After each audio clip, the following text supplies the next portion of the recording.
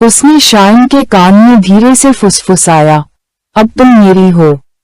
अनम तुम्हारे लिए बलिदान हो गई है। शाइन चिल्लाया और पीछे हट गया। लेकिन पीछे कुछ नहीं था। हुमायूं अस्पताल में मौजूद था। उसने तुरंत शाइन को शांत करने की कोशिश की, लेकिन एक बात ने उसे भी चिंतित कर दिया।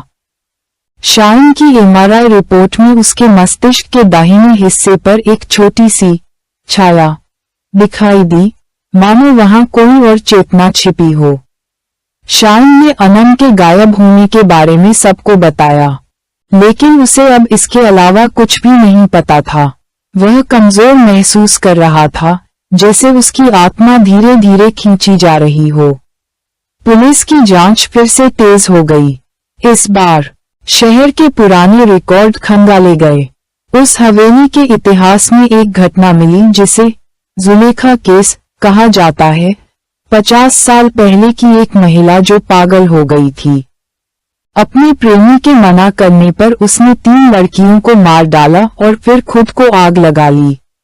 लेकिन कहानी यहीं खत्म नहीं हुई। बाबा हुस्साम की पिछली फाइलें खोली गईं और एक ऐसी तस्वीर थी जिसने सभी को चौंका दिया।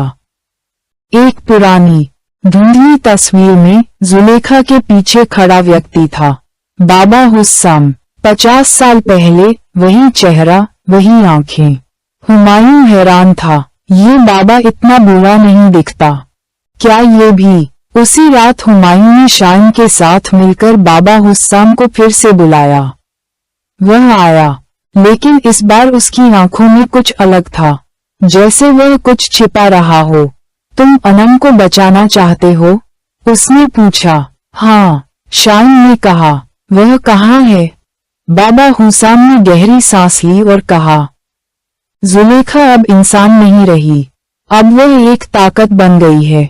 उसने तुम्हें इसलिए चुना है क्योंकि तुमने प्यार किया है, त्याग किया है, और अब तुम उसके द्वार हो। तुम्हारा क्या मतलब है? अनम अभी भी जिंदा है, लेकिन वह बलिदान बन गई है, और अगर वह प्रतिज्ञा पूरी हो गई तो जुलेखा की आत्मा हमेशा के लिए आजाद हो जाएगी। वह घर सिर्फ एक मकबरा नहीं है, वह एक प्रवेश द्वार है, और तुम शाइन उसकी कुंजी हो। हुमायूं ने अपनी पिस्तौल निकाली। साफ साफ बोलो बाबा, तुम कौन हो? बाबा हुस्साम ने धीरे से अपना सिर झुकाया। मैं उस रात का गवाह था। मैं जुलेखा का भाई था। मैंने उसे नहीं रोका,